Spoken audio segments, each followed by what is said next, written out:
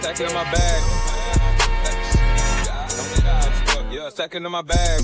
I like crypto grind. Currency's flowing, every coin's on my mind. My Coinbase the upper, watch your numbers climb.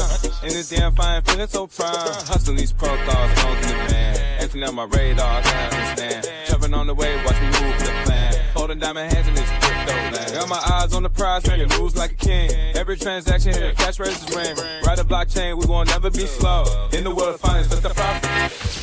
If you're holding real world assets, utility assets, you are a bank. Yeah, of course, we go over the news and stuff, but we just do what feels natural when we be doing our thing. You gotta get this money on.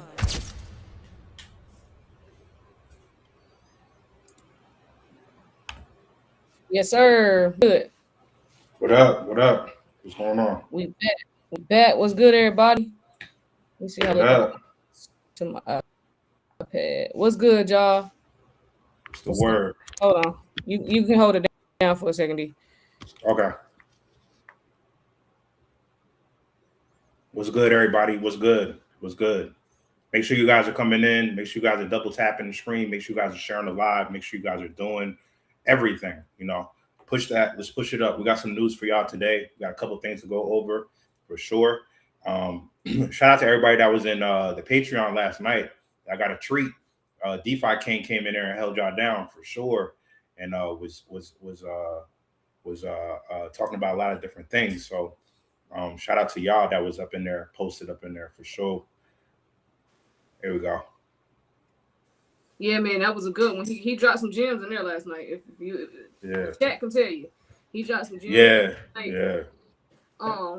With metal and AI agents and all that stuff. So yeah. I told y'all getting that Patreon, bro. Everything not gonna come on the YouTube.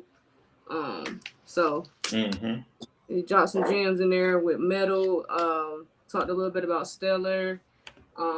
We talked about a couple things in there. He dropped some crazy gems, especially if you're a dev or you really into the techie side of this. You would have been in for a treat if you saw that last night. So but yeah, we got some stuff to go over, y'all. So I know we got some Barclays news. We gotta talk about the Barclays, XRPL news as well with RLUSD and AI agents. We're gonna talk about that. We got let me see what else going on. We got Sam Bateman free. He's endorsing the Clarity Act from prison. Like we give a fuck. We're gonna talk about Flare and the Xamin wallet. They unlocking one-click DeFi access. We're gonna have to talk about this grocery battle shifts with Walmart and Amazon. I guess they got a little competition going on. And then we're gonna talk about how 1/3 of millennials now rely on gig payments and tips as primary income now. So it's getting real out here. It's not looking good for the Trump administration, being that this is a midterm year. It's not looking good. So yeah, we got some stuff we're gonna talk about that's going on the back end with crypto in the space and economically. The economic impact of the Trump administration. You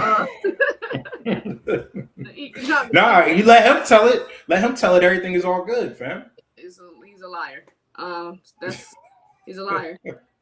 We all know it, and ain't nobody doing nothing about it. My question to everybody before we get started is: if y'all can't afford y'all stuff, and it's like you're doing everything possible, you're working hard, and you still can't afford to live comfortably, why are we still paying for stuff?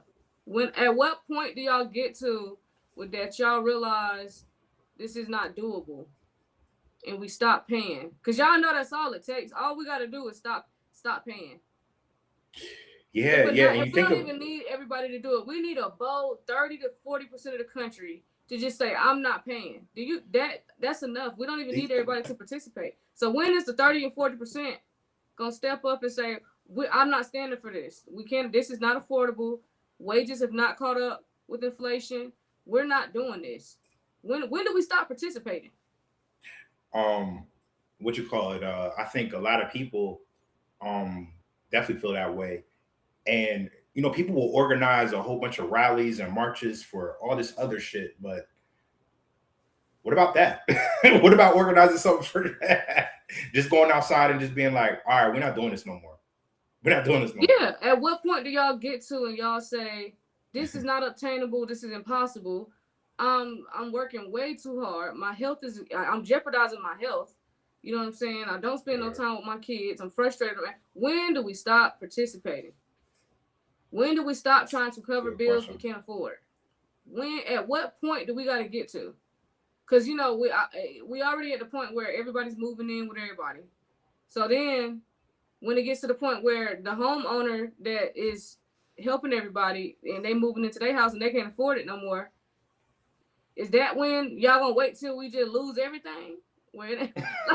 At what point do we get to, like, you know, it's like trying to take action in your financial life before you get too deep in debt where you can't get out. Before you try to save yourself before you gotta file bankruptcy. So at what point when do we save ourselves before we gotta file bankruptcy as a society? I don't know. That's a good I question. don't know what it's gonna take. I just know I blame y'all career-oriented six-figure people, and I know that's controversial because it ain't all y'all, but just to generalize it, I blame y'all because y'all are way too comfortable. Because y'all can cover it, y'all are good. You're like, as long as I can still keep my feet up, I'm straight. Even though I see the rest of the world, I see the rest of my family members, friends, I see people's lives changing drastically due to this economy. We're not gonna take a stand for anything because we're comfortable. I blame y'all. Because the poor folks, people with the money. And I think it's like, you know, I think people are just afraid to break that mold. You know what I'm saying? It's just like when people tell you, it's like, okay, it's like what you do for a living. Oh, I'm a content creator and I do this and that. And, you know, people, you know, it's like, what? Like, but they don't realize like the perks that come with creating content and opening up, you know, yourself and your business to all these different avenues. So, but at the same time, people are afraid to break traditional molds. So like, yeah, it's just out of fear. Exactly. The last 6 years told me everything I need to know about humans, society, and Earth. Yeah. Just this year or 2025 alone. 2025 alone told me everything I needed to know about society, because the fact that we don't even got to talk about inflation. The fact that the e-files came out and exposed all the horrific events and horrific people in this world. I can't even go too crazy on here, but y'all know what I'm talking about. The fact that we're not doing, and we just still participating. Y'all, we're still feeding these people's very pockets, so we're enabling their behaviors. At what point do we say we're not helping y'all? Like we finna stop. We know what y'all doing. We gotta dismantle this whole shit. When do we get to that point? I don't know. I think this room is punishment. I told D that yesterday. I think when you come to Earth and when you had to come to this realm, whatever you did in your past life this must be punishment. Because that's the only logical explanation as to why in the hell we're stuck in this insane ass world, in this realm right here. That's the only logical thing my brain can come up with, is that damn, I must have fucked up so bad in the past life that I got sent here. This must be because, you know, and I was telling D, it ain't even about the money. It's not even about how rich you are or how much money you have. At the end of the day, you still here in this demonic energy. You still here breathing in the same, you know, air with the chemtrails. You still intaking this horrible food. You still participating in everything that they got going on, since we know where all your tax money been going and everything. You're participating in all this evil shit, whether you're poor or rich, it don't matter. You still here in this realm. So it's like, I still feel like this shit is punishment. Like, it's just crazy. Okay. Well, slowly but surely, I think a lot of us is, you know, starting to wake up, you know what I'm saying? Especially after, you know, all of this shit, you know what I'm saying? Like it's no way in the world that, you know, this is a lot of this stuff that we've been doing is sustainable no more, yo. The mindsets is changing or for a lot of people. Right. Yep. You see it within your families now. Probably some of y'all see it within your families in the past. Oh, that was dope. Thank you for the past couple years. The past couple years, you know, people probably didn't believe you, you know, 3-4 years ago, 5 years ago when you started saying some shit. But now they probably like leaning into like, okay, what was you saying again? What was you talking about? Yeah. So now everybody want to follow up. What was you talking about back in 2021, cuz? What you was saying? Oh no. Y'all ain't hear me then. I was crazy back then. Y'all said I had lost my mind. No. Just Just direct them to the page. Just direct them to, you know, just like, yeah, go to TikTok, go to Facebook, go to Instagram. There you go. Go start from video one. Right? That's a fact. So we'll go ahead and get into the news and the updates. So we got some Barclays news to go over right quick. Okay. So it looks like we got Barclays pros blockchain for banking functions like payments and deposits. So this is from Cointelegraph. So let's talk about Barclays real quick. So here's what happened. So Barclays, which is the major British banking group, is exploring the use of blockchain technology to support core banking functions such as payments and deposits. So the bank has reportedly requested information from technology providers as it evaluates building a blockchain platform that could handle not just traditional payments and deposits, but also stablecoins and tokenized deposits.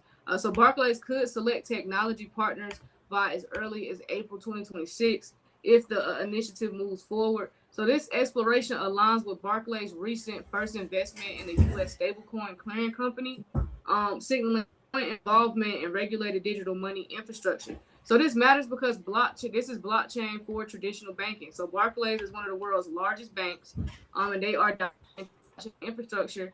And it's a strong signal that distributed ledger technology is crossing from experimental pilots into strategic planning for core banking operations. Told y'all transitioning. So we're going from experimental pilots to they implementing this technology into their core banking systems now. This is why you got to keep up with what's going on and stop worrying about the price 24/7. Oh yeah. This is why you got to pay attention to what's going on.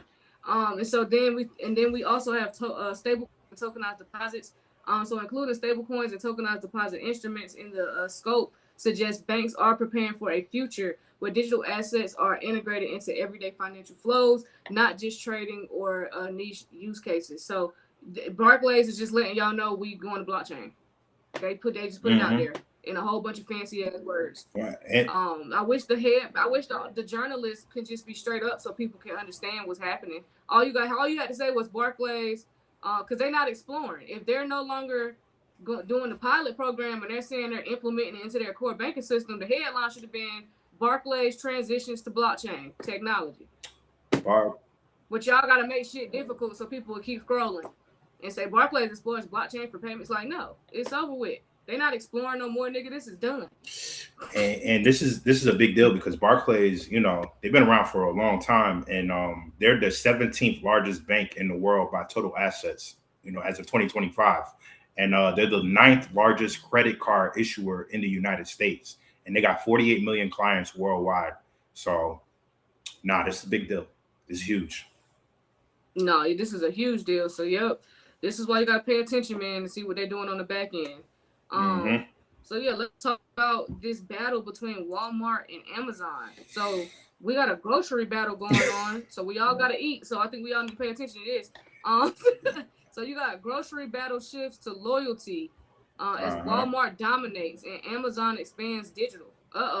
Yep. So we're talking about this grocery war between Walmart and Amazon. So it's all about loyalty, fam. So groceries are special in retail because, you know, you might buy clothes once, you know, every few, you know, months or so or whatever.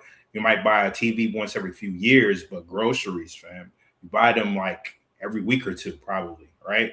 Just to maintain. Some of y'all, you know, do cluster shopping and just go like once or twice a month. You know what I'm saying? So who's winning right now? Walmart serves 190 plus million Americans monthly. So damn near 200 million Americans shop in Walmart, fam. And I know because nigga, I'll be pulling up there. I'll be seeing all y'all. You know what I'm saying? I'll be going to, you know, pick up my order or whatever. Or, you know, sometimes I might pull up to Walmart like 7, 8 in the morning. You know what I'm saying? When ain't nobody there. It's still a clusterfuck, fam. It's still crazy. You know what I'm saying? Boxes and shit everywhere. And they reached 72% of U.S. households. 72%. So they captured 20% of all U.S. food and beverage spending in Q3 of 2025. And the groceries make up about 60% of Walmart's total sales. Let me say that again. Groceries make up about 60% of Walmart's total sales. One, that tell you where the economy is at, and two, that tells you where we've been since 2025, because they kind of forced us to shop at these places, these big box stores, because they put a lot of mom and pops out of business, right, in that time period. And then Amazon, they only have about 7% of retail sales coming from food, right? And they capture just about 2.7% of grocery spending in 2024 versus Walmart's 20%. So that's about a 7-to-1 advantage for Walmart in grocery. You know, I mean, and I see why Walmart is dominating, because, you know, if you need some shit, you just go to Walmart and just go get it now. With Amazon, you know, it's a process. You know what I'm saying? They don't have a location. You know what I'm saying? So why they have the advantage is because 88% of Americans prefer shopping for groceries in person anyway, right? So maybe that'll change in the future, but I know when y'all go grocery shopping, y'all want to see it, or at least if you're on the app, you want to know what's available in stock, you know, whatever you buy. So people like walking into the stores, they like seeing the produce, they like choosing their own food, and Walmart has thousands of physical stores. So it wins on proximity, familiarity, and habit. So even if payment behavior supports this, 41% of in-grocery purchases are paid with, you know, debit cards. So that suggests budgeting and routine spending, Walmart's strength. So where Amazon is compete at is, this is what the strength Amazon has that isn't in the stores. So the digital checkout, the logistics, and the fast delivery, because now, you know, Amazon got the Amazon Now in certain markets where you could get your groceries in 30 minutes or less. So online grocery is expected to hit 220 billion in 2025. And then online grocery, Walmart had 31.6% of the share and Amazon had 22.6%. So that's fairly close. That's much closer than I realized. So Amazon is betting on same-day delivery, combining groceries with other items, and speed and convenience. So they've grown the perishable groceries sales 40x since January of 2025. So that's serious growth. And then why Amazon is changing their strategy, because they closed those Amazon Go stores. They closed the Amazon Fresh stores. So instead, what's expanding is Whole Foods, because, you know, they got a stranglehold with the Whole Foods market. Because building a giant physical grocery network from scratch is expensive and very slow. So they said simply that Amazon's weakness is the lack of brick and mortar stores. So the AI battle is now. So now this is where it gets interesting. Both companies are using AI to increase loyalty and spending. So Walmart's AI strategy is created. They got an AI assistant called Sparky, and it helps users find items, plan meals, and reorder faster. So the results are about half of Walmart app users have tried it, and orders placed using it are 35% larger on average. So people are spending more by using this AI assistant. So that means AI just isn't helping, it's increasing the basket sizes. And then Walmart also partnered with OpenAI. So the goal is to let people shop inside their chat GPT, and that could make Walmart part of the conversational shopping. And then Amazon's AI strategy is that Amazon is using machine learning to predict local demand, reduce food waste, and improve delivery speed. So it's also changing features like wish lists to become better integrated with third-party sellers. So their strategy is to make digital shopping smooth and predictable, that physical stores matter less. So who's winning this, fam? Who's winning this, Kween? In the long run. In the long run, Amazon. Amazon? Okay. I think Amazon in the long run. I think honestly they probably both would be around. It'd be them, Walmart and Amazon. I think they both win for real. Okay, so you think Amazon just has the digital? It's just Amazon's already ahead on the digital side, because I see what Amazon's doing. Yeah. And all Amazon get ready to do is create a way faster delivery service that's more convenient, and they'll be going crazy. Yeah, and then DC. That's really what's going on. DC Wayne brought up a great point. You still can't use the Apple Pay there. Yeah, that is annoying. That is annoying when you can't, you know. Yeah, because they think people really gonna sign up for this one pay stuff, and some people have, and that's cool. But I don't like Walmart. There's a lot of people like me that don't. I don't like Walmart enough to sign up for y'all. Shit. Like, I'm good. It's cool. I'll just go on my wallet and take the card out and put the chip in. Yeah, that takes me an extra 20 seconds, but that's fine. Yeah. But I think because I think Amazon will figure out a way to get the delivery service to a point where you order your groceries, you're getting it within 15 to 30 minutes. Mm-hmm. And once Amazon launches that, it's over with. Yeah, because what? Yeah, it's people don't like. Some people don't like going to. So you do got people that like right now. Depending on what groceries I need, I don't go to the grocery store. I'm like you. I'll just do a pickup, or I'll have Sam's Club deliver my shit. Now, if I'm going to get some fruit and some meats and stuff, no, I'm gonna go. Okay, y'all did be picking up. I'll do it. But if I'm getting like cereal, I don't know, and I barely buy that. I'm just trying to think of random stuff. Yeah. Like just random little stuff. I'll order that. But like meats and fruit, vegetables, no, I'll do it. She said y'all be picking up anything. Y'all be picking up. I'll do it myself. Nah, it's a fact. That's a fact. Them jokers be picking up like, you know, the I'm like, why you pick this shit up, yo? You know what I'm saying? Yeah, like you got me the ugliest pack. Yeah. Like come on now. Like yeah. But yeah. But I think Amazon, just because they're gonna figure out a way to bring convenience to people, because that's all this generation cares about. Is convenience has really brought society down as a whole. That's another conversation. Ooh, but Amazon's gonna figure out how to keep capitalizing on convenience, and I think that's the only reason why they'll take the lead at some point. Is because they'll figure out how to get that delivery service within 15 to 30 minutes. That's facts. And I know some of y'all mentioned the drone delivery. That's cool, but a drone can only carry but so much. You know what I'm saying? That's only gonna carry like a little something. You know what I'm saying? So if like you needed like some eggs or pharmaceuticals, you know, that's cool. And I know they're doing that in certain markets right now, but you know what I mean? But that delivery, whoever gonna win the delivery war, that's gonna be it. Whoever got the lowest fee for the delivery. That too. That's gonna play into it. So yeah. We'll see. Amazon and Walmart being in a race does not surprise me. At the end of the day, it was always gonna be Walmart versus Amazon. I feel like Target might get up out of here eventually. Yeah. I don't know how long they're gonna be able to hold on, but we'll see. Yeah. We'll see. Target. I don't know, fam. I don't know. I was just in that motherfucker earlier, man. This shit was looking naked earlier. It was naked earlier. Yeah, they falling off a little bit. So we got some XRPL news. So the XRPL could capture billions in machine payments, but only if AI agents choose RLUSD. Okay. Actually, I'm sorry, wrong one. I'm gonna go over that, but I want to go over Flare. My bad. I got the Flare article. Oh, okay.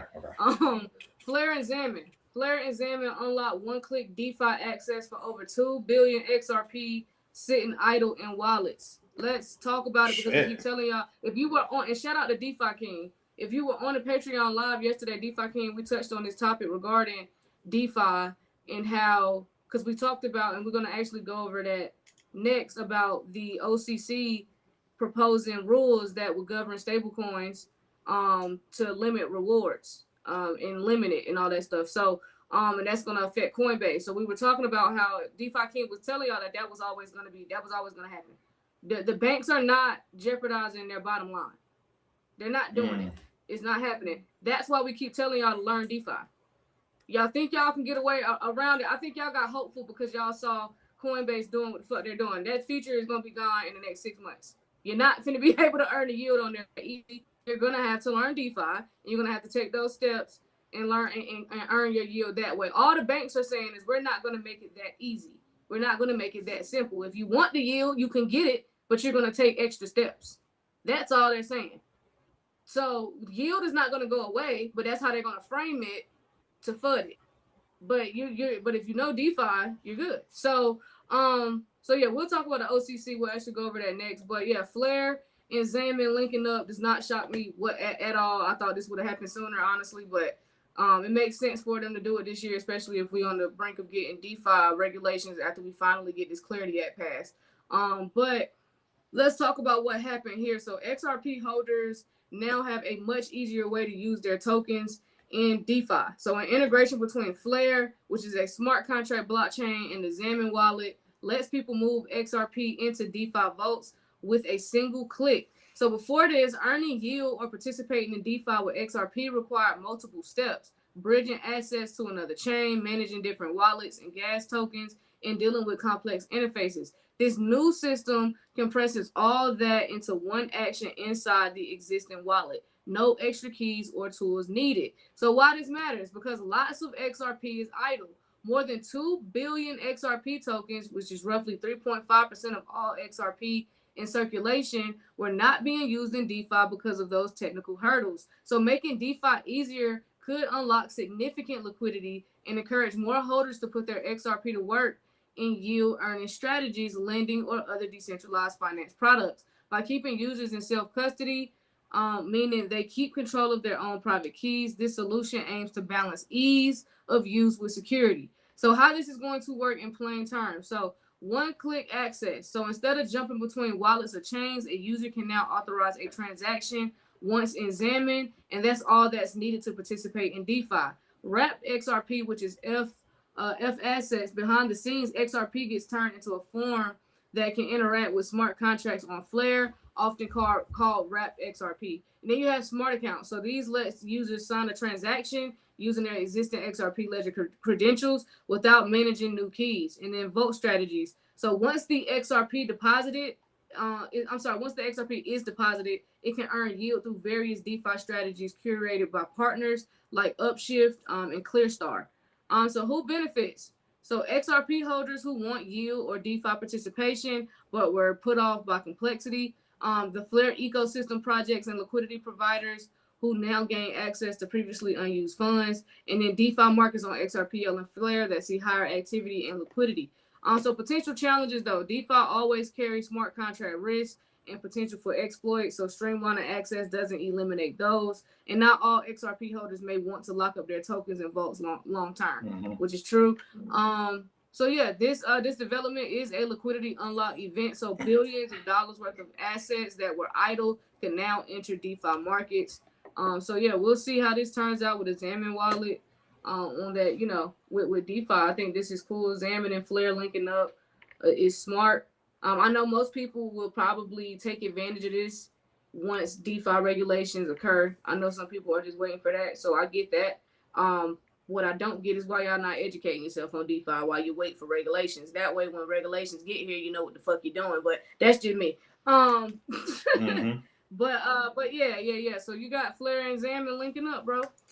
That's lit. That's a good look, yo. It's a good look. Shout out to everybody that was in that Flare XRP class that we did about a month or so ago. So yeah. Oh man, yeah, that was a lit class. We're gonna actually have a link tree up so y'all can see all the classes we've done in DeFi, because I get it. Some people don't want no more subscriptions, so we're gonna put all the DeFi classes in one little spot.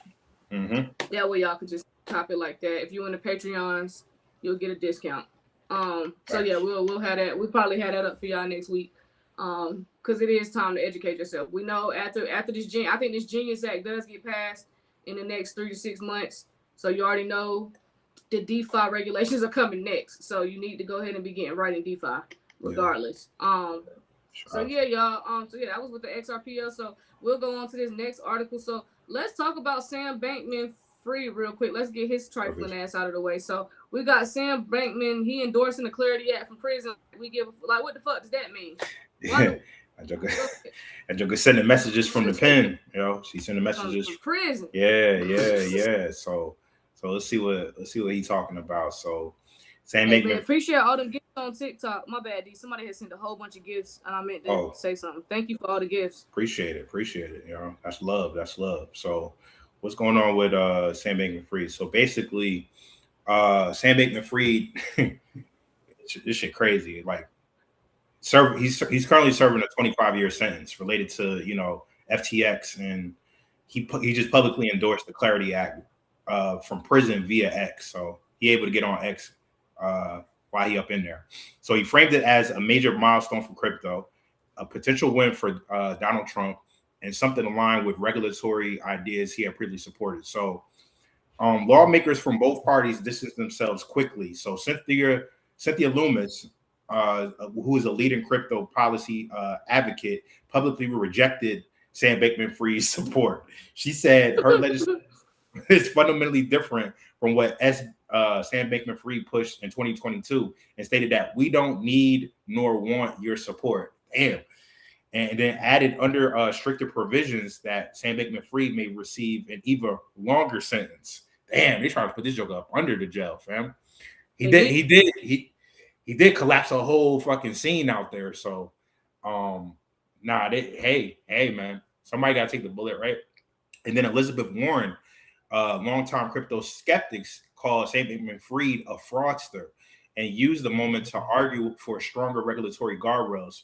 So, rarely do Warren and Loomis align, together like that. But Sam Bankman-Fried's endorsement united them for this one particular thing. So why this is politically toxic is because Sam Bankman-Fried was once one of Washington's most active crypto lobbyists. so he was a crypto lobbyist, and now, it's like F him. So in 2022, before FTX collapsed, he strongly backed the DCCPA, who's the Digital Commodities Consumer Protection Act. And then critics later argued that the DCCPA would have favored XTX's centralized exchange model. It could have hurt decentralized finance competitors. And then after FTX imploded, anything Sam Bankman-Fried supported became politically radioactive. So now the endorsement skills and risk attaching to the same stigma with the Clarity Act. So they don't want his name nowhere near this shit. And you already know what the Clarity Act does is it's going to end the SEC, CFTC turf war, and create clearer classification rules. And then the bill reportedly has the backing from, Donald Trump. Meanwhile, Brad Garlinghouse recently predicted that 90% chance of it passing by late April. And Sam Bankman-Fried's endorsement gives opponents an easy attack line. If the biggest crypto fraudster supports it, is it really that strong? Damn. That's what I'm saying. We didn't need your support, bro. You in jail. Shut up. And who is relaying the message? You shut up too. We didn't need his energy. Jesus. They letting him get online. They let him get online and say whatever, because he got he still got away his internet privilege. Yeah, they need to take away his internet privileges. This is a scammer. Y'all letting him get on the very product that he scammed people off of. Y'all, why does he have computer privileges and this nigga dead ass use the internet to scam people? Come on now. Why he got computer privileges? Yeah. That's crazy. Yeah. So lawmakers must now convince colleagues that the bill protects consumers and it would have prevented, not enabled something like FTX. The irony here is, here's the paradox that if Sam Bankman-Fried claims, he wanted clearer regulation, but his company collapsed amid massive funding, his lobbying history damaged earlier crypto legislation, and now his endorsement may complicate reform again.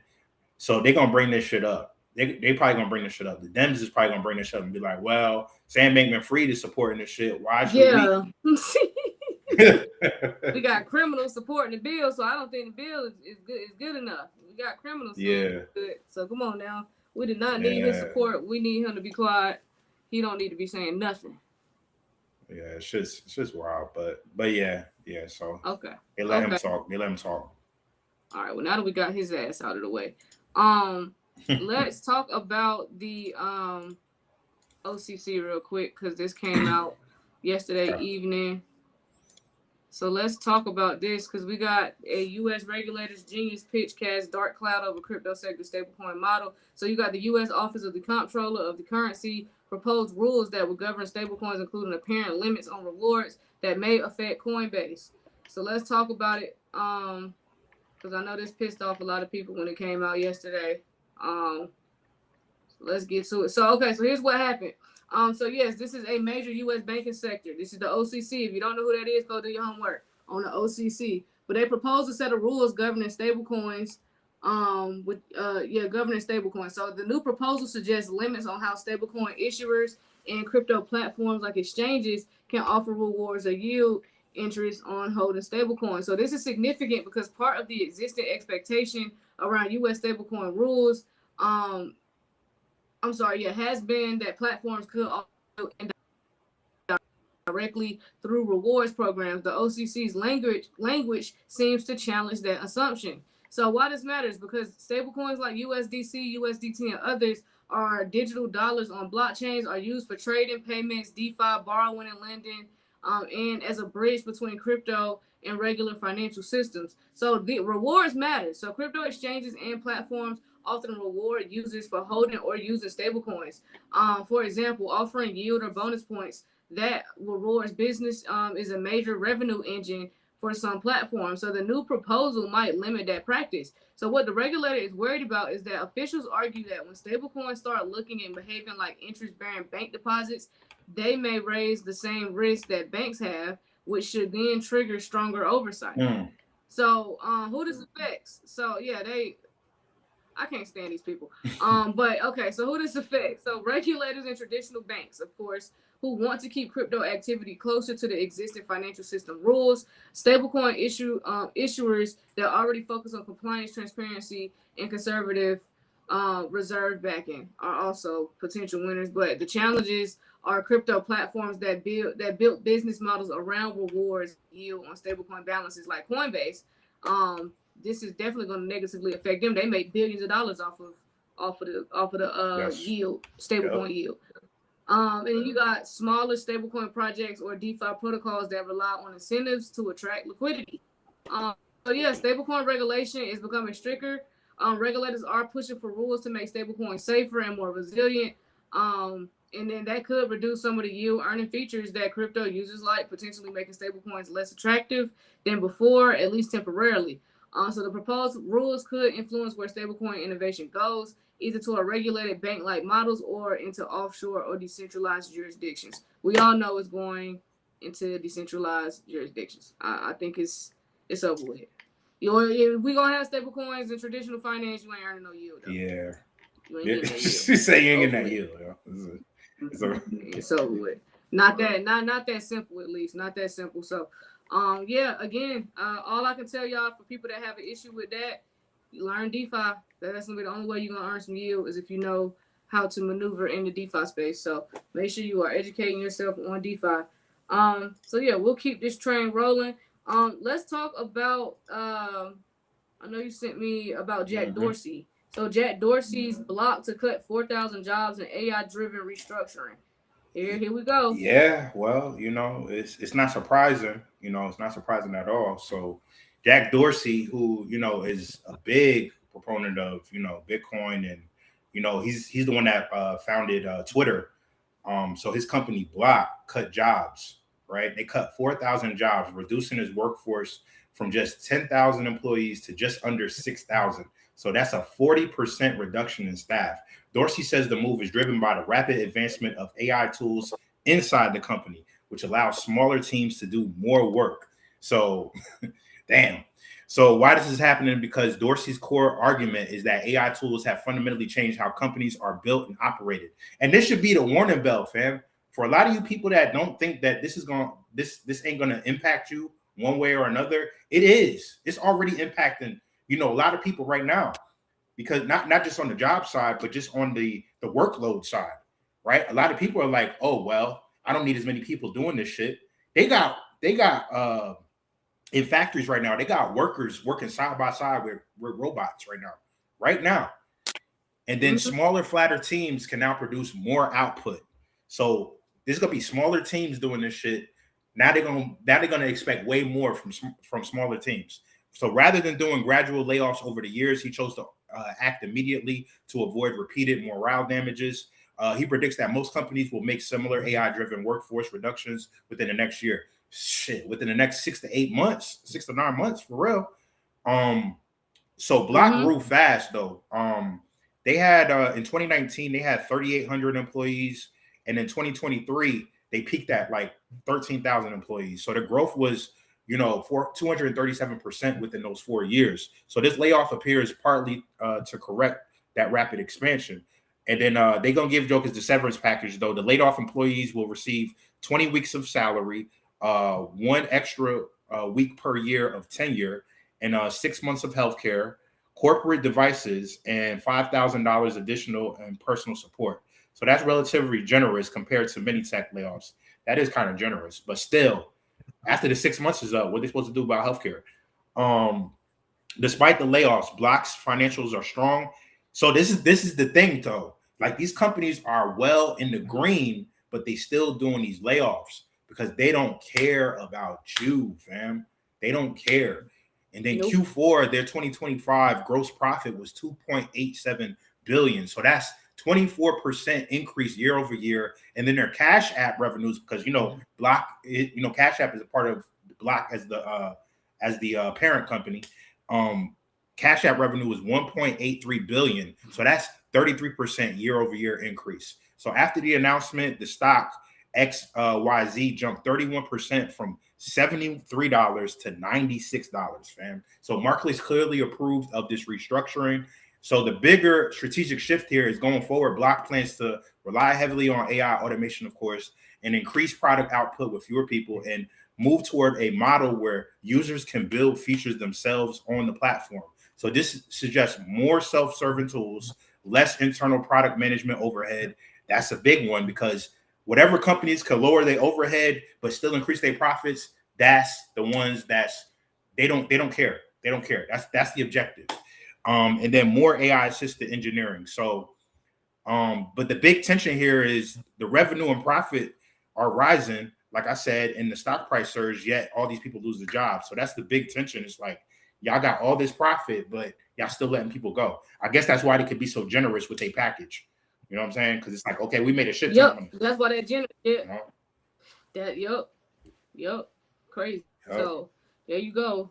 AI driven restructuring. Here we go. You about to see a lot of that.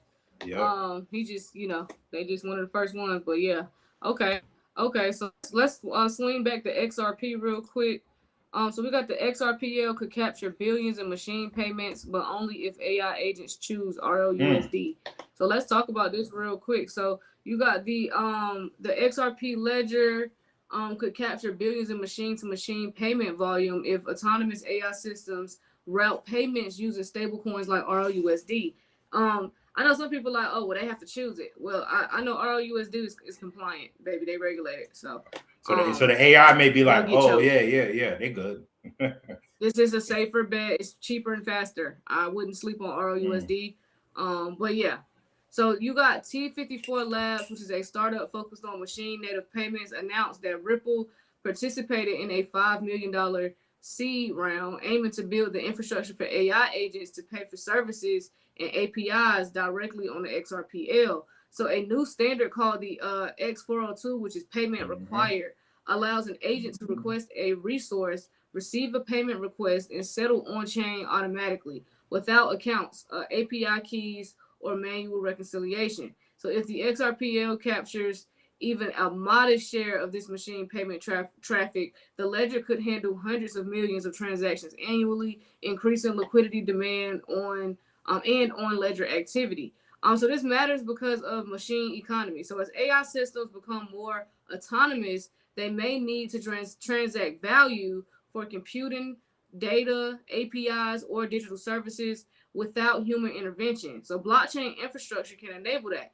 And then if you have the stablecoin role, which is RUSD, could become the preferred settlement currency for autonomous agent payments on XRPL due to regulatory clarity and compliance readiness. And then XRPL positioning. So proponents argue that the XRPL's low fees, fast settlement, and permission features make it suitable for regulated machine commerce.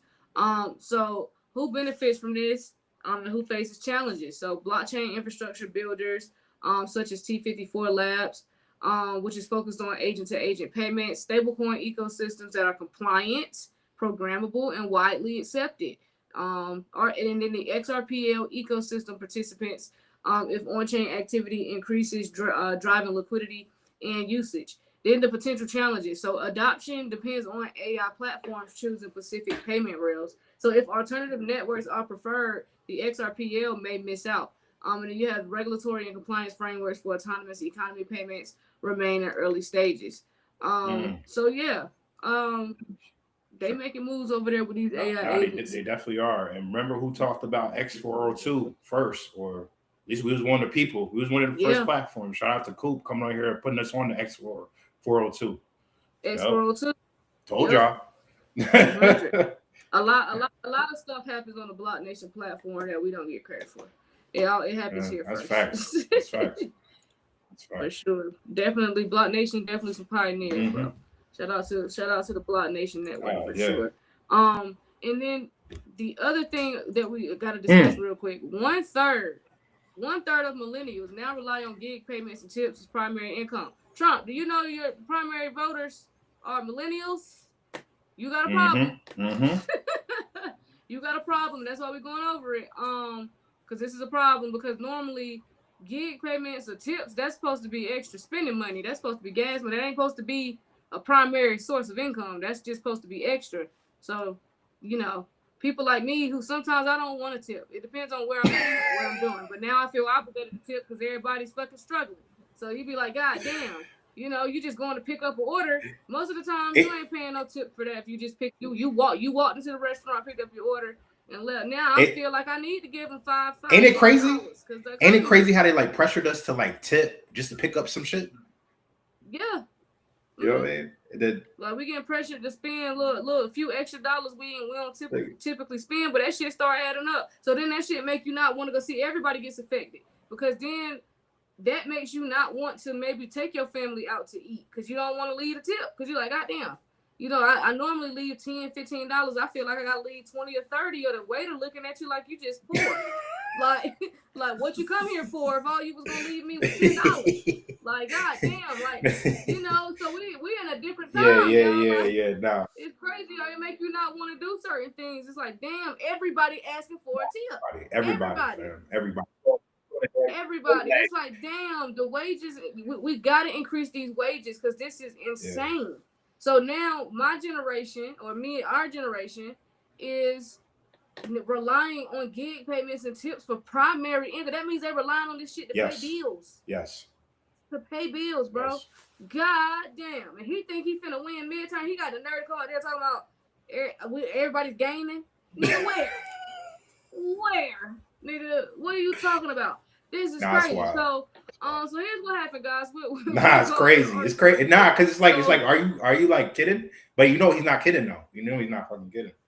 No, he's dead ass. He's dead ass. He's a fucking idiot. So what happened? So about 1/3 of millennials now depend on gig work payments and tips as their primary source of income instead of a traditional paycheck. So this trend is part of a broader shift where instant payments are increasingly used and even by a large share of workers. The Payments Intelligence report found that 72% of U.S. consumers received at least one instant payment in the past year, and a significant portion rely on these payments regularly. So this is a workforce shift. So traditional biweekly pay cycles are giving way to a transactional, on-demand earnings model where income is tied to activity rather than employment status. And then financial workers are adopting instant payout systems and digital wallets over direct deposit, emphasizing speed and access over stability. Because people need their money right then and there. Like a lot of these jobs, like, so I have family members all the time hit me up because I just need $20. I ain't got enough gas to even get to work. Yeah. Nigga, we got a problem. It's a lot of that. Mm-hmm. Like, people can't even afford to get to work. That's where we at. That's why I asked y'all, when do we stop participating? You can't even afford to go to work. Yeah. What are we doing? The math is literally the math is literally not mathing. It's not at all. Mathing. No. It's not. I thought shit was crazy. Like, we should have been doing something when millennials graduated from college, and we had to choose between, if you're single, you have to choose between paying rent and having a roof over your head and a vehicle, because you can't afford both. You can't afford a car payment and rent. You know what I'm saying? That's a lot of that going on too. People having to choose between a roof over their head and a vehicle. Now we're at the point where it's like, nigga, you can't even afford to even get to work. Yeah, that shit's wild. Because everything's so tight. This is crazy. Yeah. That's why I asked y'all to be alive. When do we stop participating? When do we say, hey, we're not doing this no more? We can't do it. We can't do it. It's not working. And when does everybody get upset and do that? When do y'all stop following Al Sharpton? Because marching ain't gonna cut it. That shit don't work. Never did. It don't work. I'm not gonna say it don't work, but I guess it changed a couple things. But nigga, we beyond that. Mm-hmm. What are we gonna do? Y'all keep trying to pay this shit. You can't pay it. You can't even get to work. It's a lot of that going on. And y'all in the chat, y'all might not admit it, but it's a lot of that going on right now, gang. Like, it's totally fine. Everybody's poor. I be telling D about that shit all the time. Like, bro, I need everybody to stop being embarrassed about their financial situation, bro. Everybody broke. In some way, shape, or form, everybody is pulling money from places they ain't never think they have to touch or ask. It's crazy out here. No, it's wild. So yeah, we got a workforce shift going on. Financial behaviors are changing.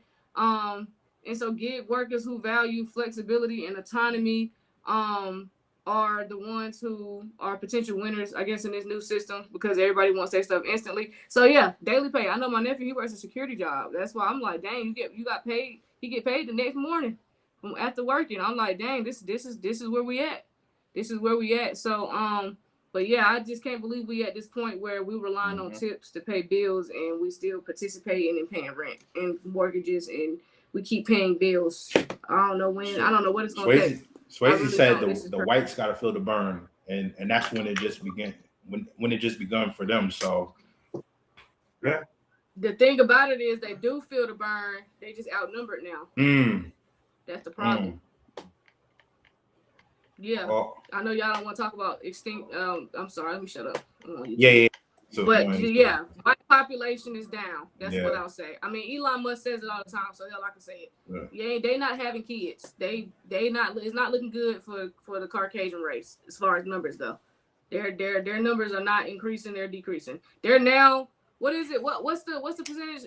Is less of them having? It's more of them dying than having kids. Yeah. I forget the percentage, but that's. Yeah, I forget the percentage, but it's more of them passing away than bringing in life.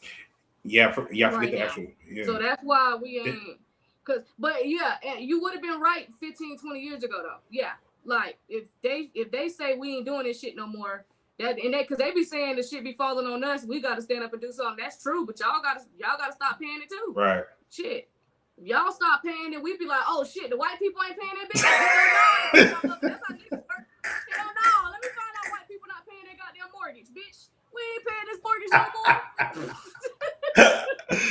White people not paying their car payments. Oh, we ain't paying it either. Y'all ain't paying y'all insurance. Oh, we ain't paying it either. That's what it takes. I'm sorry, that's what it's gonna take. Man. So I don't know when we get to that point.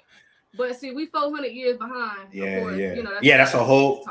Man, we just getting caught up. We just getting caught up on regular shit. Just on how to just get into the stock market. You know what I mean? Like we just getting that past 10, 15 years. Just getting a position of some stocks. You know what I'm saying? Some of us, because 20, 30 years ago, fam, I ain't never heard my mom talking about okay, I'm about to get some Amazon stock. Or I'm about to get a stock of this company or whatever.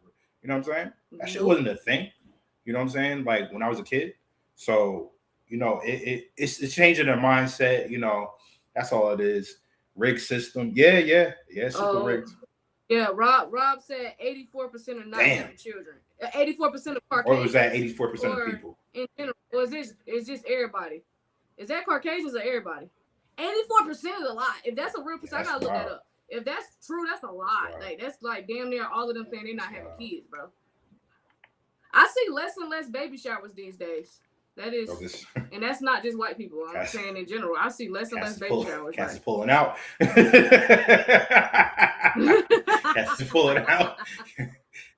Women get the tubes tied after. It's a lot of less drunk sex going on because a lot of the millennials and the ones that's what's the ones that's behind us, Gen what?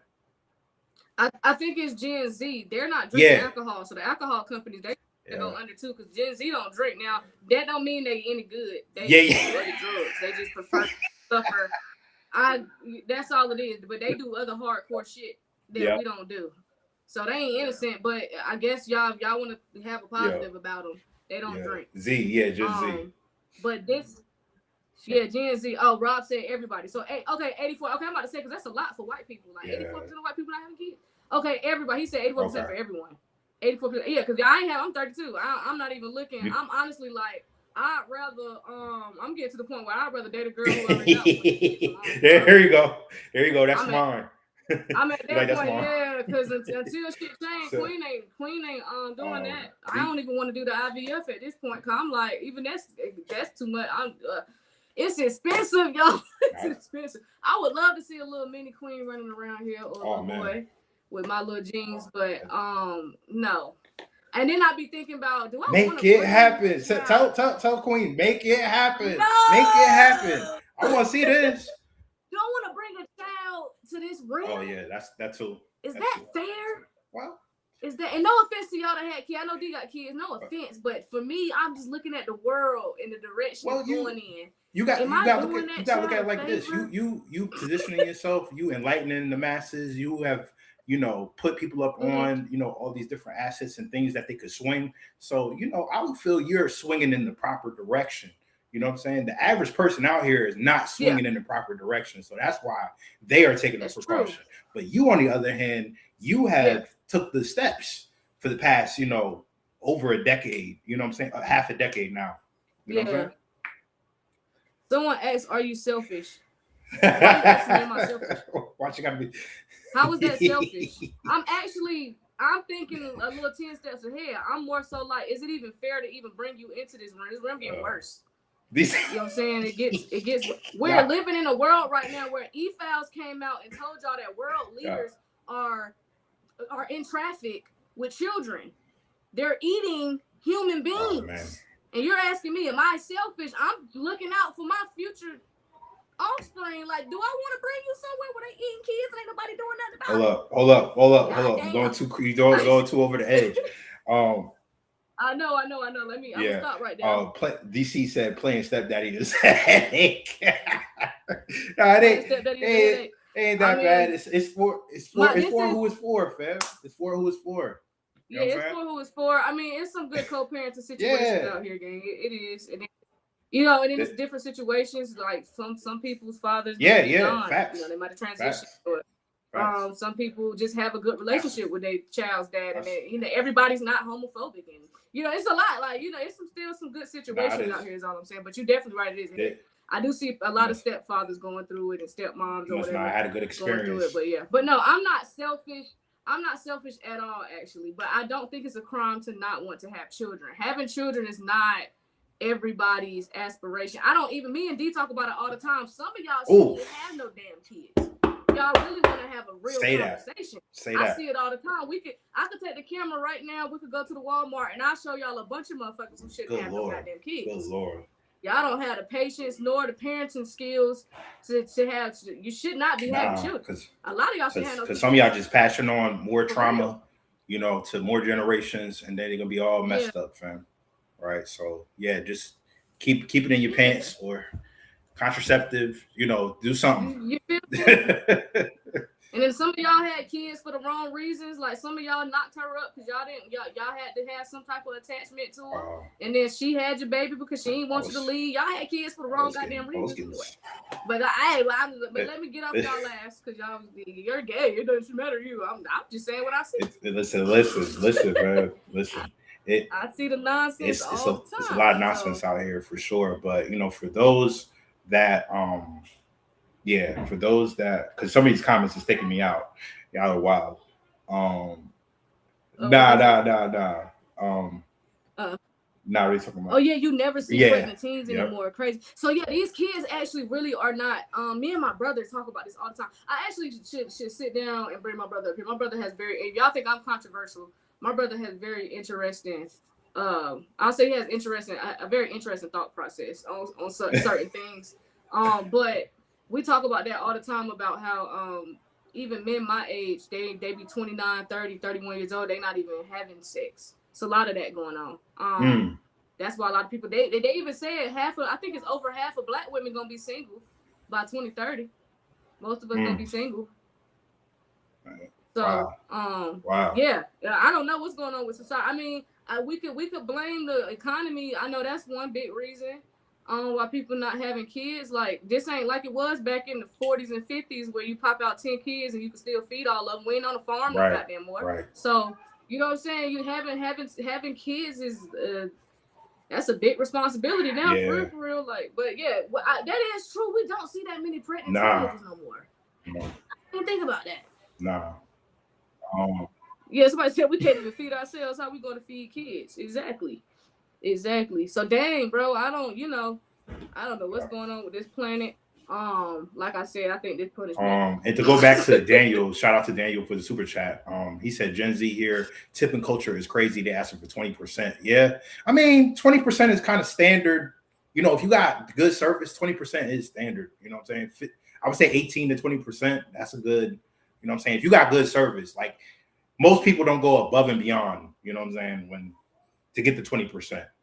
But you know, that is No, I got mad at the airport the other day when I was flying back. I was in Fort Lauderdale to be specific, and I got my bill. I was by myself. Got my bill, and they already put gratuity on my bill. By yourself? Like, I'm not in a group. By myself. If I'm with 5 or 6 people, okay, but she already put, so no, I ain't leaving no extra tip. Y'all can call me what you want. Yeah. Hell no. It was a big gratuity too. It was like my meal was supposed to be like $32, ended up being like $50. It was like $49.82. Yeah, I went from I'm thinking my shit gonna be $30. Gonna leave her a little $10, $12. Oh, I got this shit back and it said $50, and I saw that gratuity on there. Oh no. Signature on that shit, girl. They got my face. Give you nothing else. The hell, that was a lot. Shit. That shit made me mad. I'm like, you put gratuity on here to just me? I thought y'all only did this for big parties. So y'all just doing it for one person now. You was at the airport. You was trying to be fancy and eat at the airport. That's what it was. I didn't want to. I had to eat at the airport twice. Oh yeah. Necessary $100. I was mad as hell. Yeah, I was at the airport all goddamn day. That was the only reason. Yeah. That's the only time I'll eat at a sit down restaurant in the airport because it's just hot. Yeah. But it's just mad. It's mad hot. But you know what to expect. It's like when I'm sitting in the airport, having a meal or whatever, or having a drink. It's just like I expect to be like, this is Manhattan prices or some shit. You know what I'm saying? New York prices or some shit. Yeah. So it is what it is. So you said, no offense, most servers are dry as hell. Damn. Some of them do be.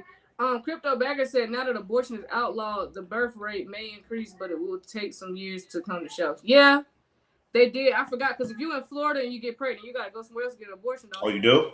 Y'all outlawed abortion there.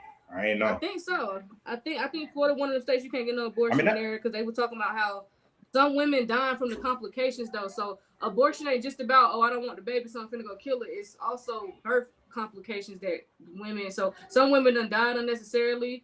Some women done brought kids into this world that probably should have been aborted because they're going to have all these issues, or they end up dying as a baby or before they wanted to. So it's a slippery slope. That's a tough conversation, honestly. But the abortion being outlawed is definitely going to play a part. Yeah. You got to bring some more kids into this world, or maybe everybody should just pull out. Wow, and that baby, Casey said that baby going to get here and say, I ain't asked to be here. Right. Yeah, most red states outlawed it. That's a fact. When they ask me. Yeah, so if you know you live in a red state and you don't pull out, you need to move.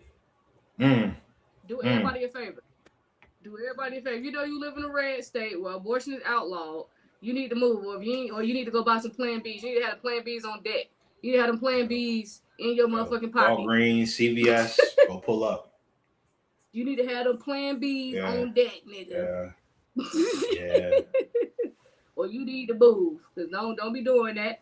But what case? I've been single 2 years, and I love seeing single people make me happy to be single. Oh yeah. I ain't gonna lie, it's peaceful being single. Sometimes you be lonely, and then you be like, oh. You be like, oh man. I ain't gonna lie. I've been single. I'll be single. It's going on. It'll be a year in March or April. Oh yeah. But I'm just now dating again. I almost made it a year without dating. I'm dating now, but yeah, it was a very peaceful 8 to 9 months. I ain't gonna lie. I won't even like. Yeah. Remember, D tell you, D, how often was I talking about it? I won't talk about. I was at. You was like, oh yeah.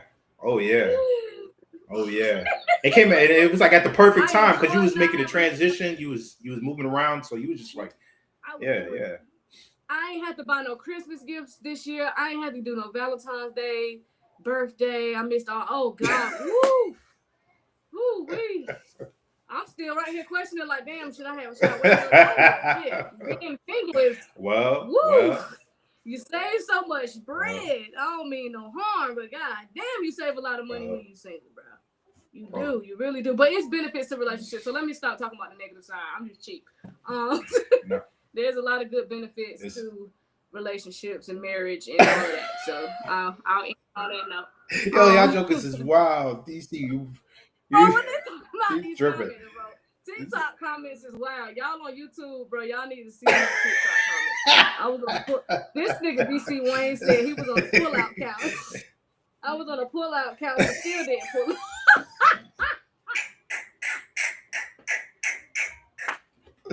Y'all are tripping, fam. That boy says pull out game Damn. week, boy.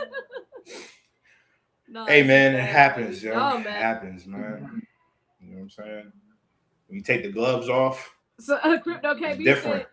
said only pulling out of parking spaces in 2026. It's He said he only pulling out of parking spaces. Listen, it's different when you got them gloves off, nigga. So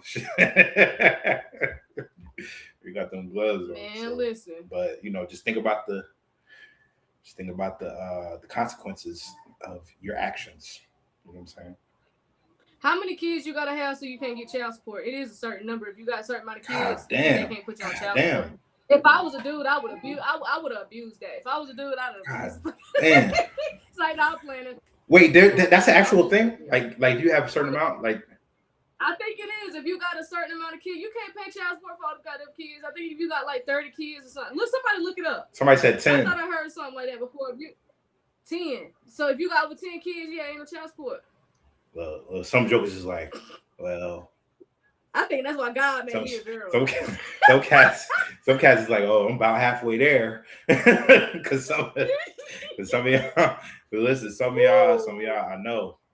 I done heard a lot of horror stories when it comes to baby mothers, baby fathers, and stuff like that. So, boy, so that means NBA YoungBoy ain't on child support. Future shouldn't be on child. How many kids Future got? They probably ain't need. They up there. NBA YoungBoy, he got crazy about.